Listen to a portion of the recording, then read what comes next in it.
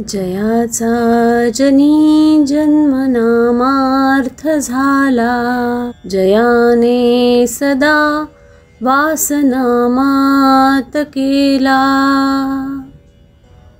जयाच्या मुखी सर्वदा नाम कीर्ती, नमस्कार त्या ब्रह्मचैतन्य मूर्ती.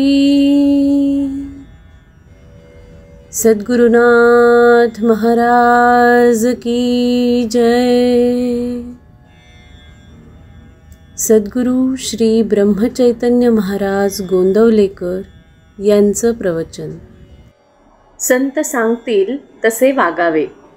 16 फेब्रुवारी. ज्या स्थितीत परमात्मा ठेवतो त्यात आनंद मानावा. प्रपंचातल्या दुःखाबद्दल वाईट वाटून घेऊ नये. आपण जगात वागताना सर्व माझे माझे म्हणतो, पण प्रत्यक्ष आपल्या वाटणीला किती येते याचा कधी आपण विचार करतो का? मिळण्याची आणि मिळविण्याची हाव वाढल्यामुळेच आपल्याला खरे दुःख होते. ही हाव नाहीशी व्हायला भगवंताच्या स्मरणात राहणे हा एकच उपाय आहे. मी भगवंताचा आहे ही जाणीव ठेवून वागावे. भगवंताकडे चित्त गुंतवून ठेवणे हाच खरा धर्म मानावा. जगाला फसवू नये आणि जगाकडून फसले जाऊ नये.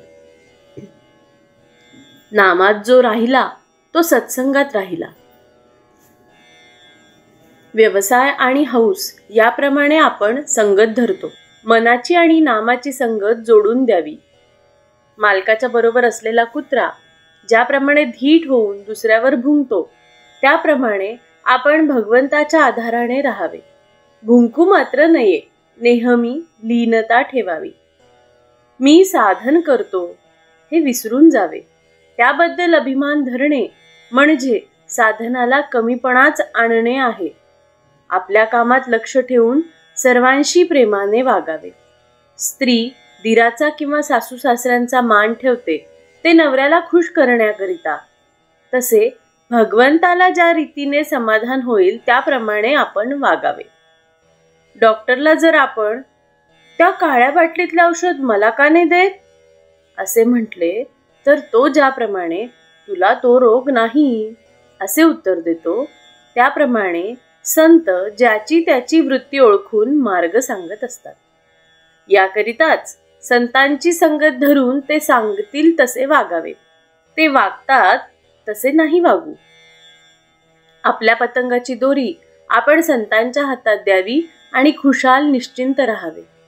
आपण गुरुने सांगितलेले साधन करीत जावे, म्हणजे साधनात पुढे वाट दाखवायला तो उभाच असतो. जिथे 2 वाटा फुटतात तिथे एक पंढरपूरची आणि एक गोंदवल्याची पाटी असते. तसे साधनात राहून जिथे त्या 2 वाटा फुटतात तिथपर्यंत या. म्हणजे तिथे गुरु उभाच आहे. पण उगीच काही न करता पुढे काय आहे हे विचारण्याने काय होणार?